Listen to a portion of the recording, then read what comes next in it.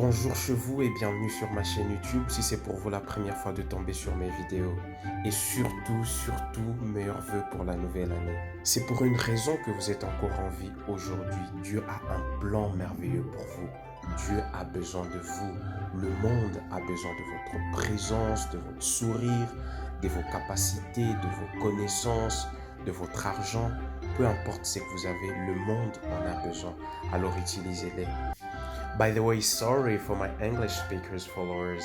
The reason why I decided to make this video in French is because I found many new English content of this type, but very few in French. So if you are interested, type in your keyboard the Wheel of Life and select whatever content you'll see there. Happy New Year, Merry Christmas to your friends and family. Comme on commence la nouvelle année, on va parler de l'auto-évaluation et de la planification. L'auto-évaluation de cette année 2021 que l'on va bientôt finir et de la planification de l'année prochaine. Avoir un plan en fait. Certains d'entre vous pourraient être familiers avec ces terminologies. Vous devez certainement les avoir écoutées dans la vie ou dans votre lieu de travail ou quoi que ce soit. Alors c'est quoi l'évaluation ? L'évaluation, c'est simplement s'arrêter un moment en tant qu'une personne, ou une organisation ou un projet, prendre une pause en fait et jeter un regard en arrière, voir ce qu'on est en train de faire ou ce qu'on a fait et se poser la question de savoir à quel niveau cela est à la hauteur de mes attentes. Qu'est-ce qui a marché et pourquoi? Quel est le secret en fait? Qu'est-ce qui a conduit à ce succès? Et qu'est-ce qui n'a pas marché? Pourquoi cela n'a pas marché? Quelle est la leçon que l'on peut tirer de cela et comment capitaliser cette expérience dans le futur? Alors ici, bien entendu, on va rester focus dans une évaluation personnelle. On ne va pas l'aborder à l'échelle d'une organisation ou d'une politique ou d'un projet ou encore d'un programme. Le tableau que vous voyez là-bas devant vos écrans a été inspiré de The Wheel of Life. Mais en rouge, vous allez vous rendre compte que ce sont des aspects que j'ai ajoutés et j'en ai ajouté 2 pour faire 10 parce que je me suis rendu compte qu'il y avait des choses qui sont très importantes mais dont la théorie n'en avait pas pris compte. Alors la première des choses, c'est ta relation avec Dieu. Comme Denzel Washington le dit, put God first. Est-ce que tu crois que pendant toute cette année, tu as fait la volonté de Dieu? Est-ce que tu crois même en la volonté de Dieu? La deuxième des choses, la famille et les amis. Comment ça s'est passé? Ton entourage, ta famille.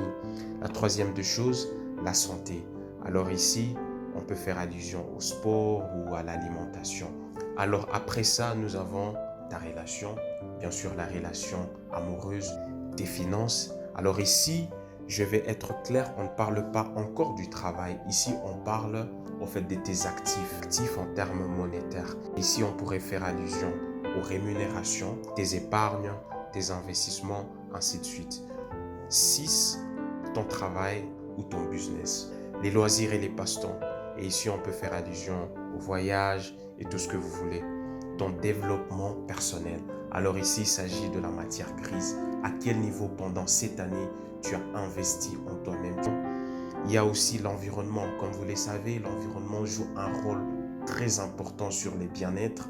Et la 10e des choses que j'ai ajoutées aussi, c'est le développement des autres. À quel niveau vous avez contribué au développement des autres? Peut-être de manière financière, en participant à des activités philanthropiques, au niveau cognitif, que vous avez fait des volontariats, au soutien affectif des autres aussi.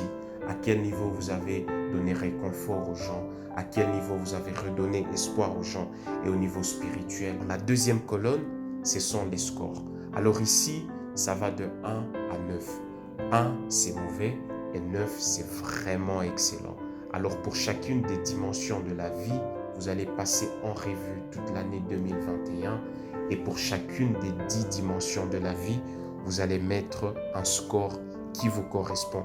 Alors pour moi, par exemple, le développement des autres, je peux mettre à 9 parce que j'ai participé à des activités philanthropiques pour lever des fonds pour des orphelinats. J'ai lancé une chaîne YouTube qui a amélioré la connaissance des gens sur les troubles de parole, qui a redonné des milliers de personnes dans le monde confiance sur la prise de parole en public. Donc vous allez faire autant. La troisième colonne, ce sont les causes ou les facteurs favorisants, comme vous les voyez sur vos écrans. Alors pour chacune des dimensions de la vie, si le score était en dessous de 5, ça veut dire que c'était mauvais. Et enfin, il y a la planification de 2022. Si vous avez fait des planifications pour les 9 autres dimensions de la vie, vous devez certainement faire les choses différemment. Parce qu'il y a un auteur qui a dit que la folie, c'est de faire la même chose et s'attendre à des résultats différents. Ça veut dire que si vous avez une nouvelle planification, vous devez changer votre façon de vivre. Vous devez adopter des nouvelles attitudes. Vous devez peut-être acquérir de nouvelles compétences. Vous devez avoir de nouvelles fréquentations. Vous devez changer des milieux. Peut-être quand vous aurez rempli ce tableau, alors vous allez prier. Vous allez mettre ces choses entre les mains des dieux. Gardez ça quelque part et à la fin de l'année 2022, prenez votre stylo, allez où vous avez caché ce bout de papier et cochez les choses qui ont été atteintes. Je vous rassure qu'en grande majorité, les choses seront atteintes. Merci beaucoup. Alors je pense vraiment que ceci pourrait vous aider à évaluer cette année 2021 que nous venons de finir, mais aussi vous aider à projeter l'année prochaine pour faire des planifications sur tout ce que vous aimeriez faire. Et surtout, n'oubliez pas de vous abonner à ma chaîne YouTube, n'oubliez pas de partager cette vidéo.